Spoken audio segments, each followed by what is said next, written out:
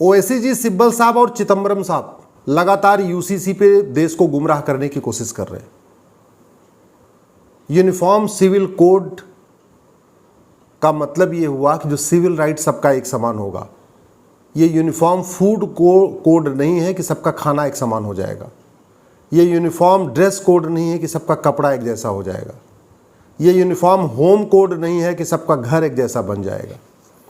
ये uniform identity code भी नहीं है कि सबकी पहचानें ख़त्म हो जाएंगी, सबकी एक पहचान हो जाएगी। पहचान सबकी अपनी अपनी रहेगी। ट्राइबल्स की अपनी पहचान रहेगी, सिखों की अपनी पहचान रहेगी, सबकी अपनी पहचान बनी रहेगी। ये यूनिफॉर्म कस्टम कोड भी नहीं है कि जो लोगों के कस्टम हैं, जो लोगों की रीतियाँ हैं, जो लोगों की प्रथाएँ हैं, वो सब खत्म हो जाएंगी और सबकी सबका एक कस्टम हो जाएगा। नहीं भाई, ये यूनिफॉर्म सिविल कोड है। इसलिए हमारे ट्राइबल भाइयों को गुमराह करने की कोशिश मत करिए। उनके जो कस्टम है वो चलते रहेंगे, उसमें कोई इंटरफेरेंस नहीं आएगा।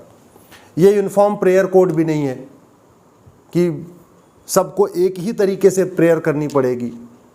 चर्च की प्रेयर अलग होगी, मंदिर की प्रेयर अलग होगी, मस्जिद की प्रेयर अलग होगी, गुरुद्वारे की प्रेयर अलग होगी, क्योंकि ये यूनिफॉर्म सिविल कोड है। यूनिफॉर्म प्रेयर कोड भी नहीं है। ये यूनिफॉर्म रिलीजियस कोड भी नहीं है कि सारे धर्म खत्म हो जाएंगे, सारे पंथ खत्म हो जाएंगे ना। सब एज इट इज चलेंगे। आर्य समाज भी एज इट इज रहेगा, सिख पंथ अपने आप अपने हिसाब से चलता रहेगा, क्रिश्चियन रिलीजन अपने हिसाब से चलेगा, इस्लाम अपने हिसाब से चलेगा, सनातन मानने वाले अपने हिसाब से चलेंगे, वैष्णव अपने तरीके से पूजा करते रहेंगे, शैव अपनी तरीके से पूजा करते रहेंगे, शाक्त अपनी तरीके से पूजा करते रहेंगे, देवी की उपासना करने वाले अपनी पूजा करेंगे, हनुमान जी की अपनी पूजा करेंगे। ये कोई यूनिफॉर्म रिलीजियस कोड थोड़ी है। इसी तरीके से ये यूनिफॉर्म लैंग्वेज कोड भी नहीं है। बंगाली अपना बंगाली बोलेंगे, गुजरात वाले गुजराती बोलेंगे, तमिलनाडु वाले तमिल बोलेंगे, महाराष्ट्र वाले मराठी बोलेंगे। ये यूनिफॉर्म लैंग्वेज कोड भी नहीं है कि नहीं सबको एक ही भाषा बोलनी है। ये यूनिफॉर्म फेस्टिवल कोड भी नहीं है कि सबको एक ही तरीके से त्यौहार मनाना है। त्यौहार अपने अपने हिसाब से होगा, रोज़ा अपनी तरीके से होगा, दिवाली अपने तरीके से होगी, होली अपने तरीके से होगा, क्रिसमस अपने तरीके से होगा, सब अपना अपना मनाएंगे। प्रकाश पर्व अपनी तरीके से होता रहेगा। ये यूनिफॉर्म रिजर्वेशन कोड भी नहीं है कि नहीं जो वर्तमान रिजर्वेशन सिस्टम है उसमें कोई इंटरफेरेंस हो जाएगा। कुछ लोग इसके नाम पे भी बहकाने की कोशिश कर रहे हैं, तो रिजर्वेशन से भी कोई इसका लेना देना नहीं है। एक ओवैसी जी बार बार HUF हिंदू अनडिवाइडेड फैमिली की बात करते हैं और कहते हैं जी हिंदुओं को इसमें 3000 करोड़ का फ़ायदा होता है। तो भैया, इनकम टैक्स एक्ट में बहुत सारे लोगों को छूट मिलती है। इवन मिडिल क्लास को भी छूट मिलती है कि 5 लाख रुपए तक टैक्स पे छूट मिलती है, और वो सबको मिलती है। मुस्लिम्स को भी मिलती है, क्रिश्चियंस को भी मिलती है, पारसी को भी मिलती है, ईसाई को मिलती है।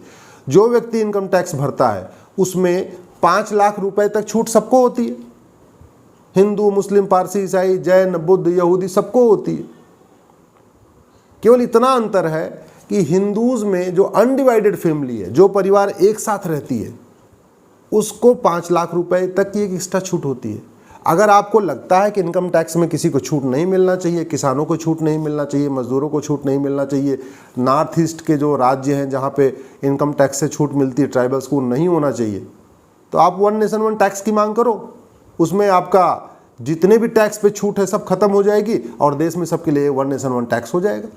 अगर ओवैसी जी आपको यही पसंद है कि नहीं HUF नहीं होना चाहिए, तो HUF नहीं होना चाहिए, तो कल आप ये बोलोगे कि जो नॉर्थ ईस्ट के ट्राइबल्स को छूट मिली वो भी नहीं होना चाहिए। परसों आप ये कहोगे कि जो किसानों को छूट मिलती है इनकम टैक्स में वो नहीं मिलना चाहिए, क्योंकि HUF तो इनकम टैक्स का मैटर है ना, सिविल राइट का मैटर नहीं है, ये तो इकोनॉमिक राइट का मैटर है। लेकिन आपको लगता है कि नहीं 1 नेशन 1 टैक्स होना चाहिए, तो आप डिमांड करो, हम आपके साथ खड़े हुए हैं, हम बिल्कुल आपके साथ रहेंगे। मैं बार बार कह चुका हूँ, UCC के बारे में केवल गुमराह करने की कोशिश कर रही है। आप गूगल करिएगा 5 टेनेट्स ऑफ इस्लाम, मतलब इस्लाम के जो 5 टेनेट्स हैं, जो मुख्य 5 बातें हैं, उसमें UCC इंटरफेयर नहीं करेगा।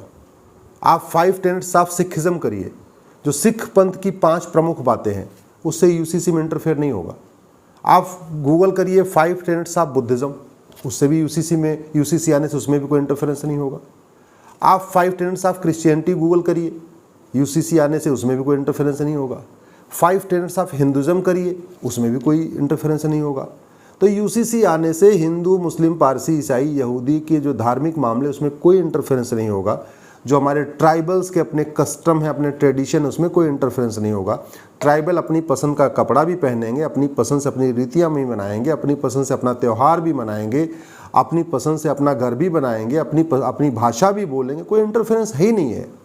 सिंपल सी बात है, लड़के लड़की की शादी की उम्र बराबर हो जाएगी, तलाक लेने का तरीका, तलाक लेने की प्रक्रिया एक हो जाएगी। जो मौखिक तलाक चल रहे हैं, कागज़ों पे तलाक चल रहे हैं, व्हाट्सएप से तलाक चल रहे हैं, ईमेल से तलाक चल रहे हैं, वो बंद हो जाएंगे। सबको थ्रू कोर्ट होगा। गुजारा भत्ता देश की सभी बहन बेटियों को मिलेगा। बच्चा गोद लेने का अधिकार देश की सभी बहन बेटियों को मिल जाएगा। भरण पोषण का अधिकार देश की सभी बहन बेटियों को मिल जाएगा। वसीयत का एक समान अधिकार देश की सभी बहन बेटियों को मिल जाएगा। विरासत का एक समान देश की सभी बहन बेटियों को मिल जाएगा। एक पति एक पत्नी का नियम हमारे देश की सभी बहन बेटियों पे लागू हो जाएगा। अब हम दो हमारे दो भी अगर चाहें तो इसमें जोड़ सकते हैं। माता पिता की देखभाल का अधिकार देश की सभी बहन बेटियों को मिल जाएगा। इसका मतलब हुआ यूसीसी आने से न सिख पंथ में कोई इंटरफेयर हुआ, न जैनिज़्म में कोई इंटरफेयर हुआ, न बुद्धिज़्म में कोई इंटरफेयर हुआ, न सिखिज़्म में कोई इंटरफेयर हुआ, न आपके ट्राइबल्स के कोई किसी कस्टम में कोई इंटरफेयर हुआ, न इस्लाम के किसी 5 टेनेट्स जो हैं 5 टेनेट्स ऑफ इस्लाम उसमें कोई इंटरफेयर हुआ, न 5 टेनेट्स ऑफ हिंदुज़्म में किसी को इंटरफेयर हुआ। हाँ, फ़ायदा हुआ है। हिंदुओं को 1 फ़ायदा है, मुस्लिम्स क्रिश्चियंस को 2 फ़ायदा है, पारसी को 3 फ़ायदा है और हमारी मुस्लिम बेटियों को 11 फ़ायदा है। लेकिन पता नहीं क्यों ओवैसी साहब नहीं चाहते कि हमारी मुस्लिम बेटियां पढ़ें, मुस्लिम बेटियां आगे बढ़ें। मुस्लिम बेटियों के ऊपर जो एक तलाक़े हसन, तलाक़े बाइन, तलाक़े किनाया की तलवार लटकती रहती है, उससे उनको आज़ादी मिले। ये नहीं चाहते हैं कि बहुविवाह होता रहता है, आज की भी भारत में चल रहा है, वो बंद हो। ऐसे लगता है ओवैसी साहब हलाला के भी समर्थन में हैं। और एक बात मैं बता दूं, Owaisi ji all India Muslim personal law board के मेंबर हैं और all India Muslim personal law board affidavit पे सुप्रीम कोर्ट में क्या कहा है मैं आपको बताता हूँ। All India Muslim personal law board ने एफिडेविट दे के सुप्रीम कोर्ट में 4 शादी का समर्थन किया है। हमारी जो PIL है उसका विरोध कर रहा है, 4 शादी का समर्थन कर रहा है, हलाला का समर्थन कर रहा है, मुताह का समर्थन कर रहा है, मिस्यार का समर्थन कर रहा है, दारुल कज़ा यानी शरिया कोर्ट का समर्थन कर रहा है। तो पर्सनल लॉ बोर्ड नहीं चाहता इस देश में एक पति एक पत्नी का नियम लागू हो, हम दो हमारे दो लागू हो, देश की सभी बेटियां पढ़ें, सभी बेटियां आगे बढ़ें। तो स्वाभाविक सी बात है, चूंकि ओवैसी जी पर्सनल लॉ बोर्ड के मेंबर हैं, तो वो पर्सनल लॉ बोर्ड के खिलाफ कैसे चले जाएंगे। और पर्सनल लॉ बोर्ड अपने आप में एक NGO है। आश्चर्य की बात है कि 25 करोड़ की जनसंख्या जो मुस्लिम्स की है, उसको एक NGO 25 करोड़ की जनसंख्या मुस्लिम्स की है, ब्राज़ील से भी ज़्यादा, कनाडा का 6 गुना, यानी ऑस्ट्रेलिया का 10 गुना। ऑस्ट्रेलिया की जनसंख्या 2.5 करोड़ है, भारत में 25 करोड़ मुस्लिम्स रहते हैं। तो यानी ऑस्ट्रेलिया का 10 गुना जो यहाँ पे कम्युनिटी है, उसको एक NGO जिसका नाम है all India Muslim personal law board, वो गुमराह कर रहा है, कंफ्यूज कर रहा है। इसलिए इस NGO से सावधान रहने की ज़रूरत है। और मैं तो सरकार से कहूँगा इस NGO का लाइसेंस रद्द कर दें।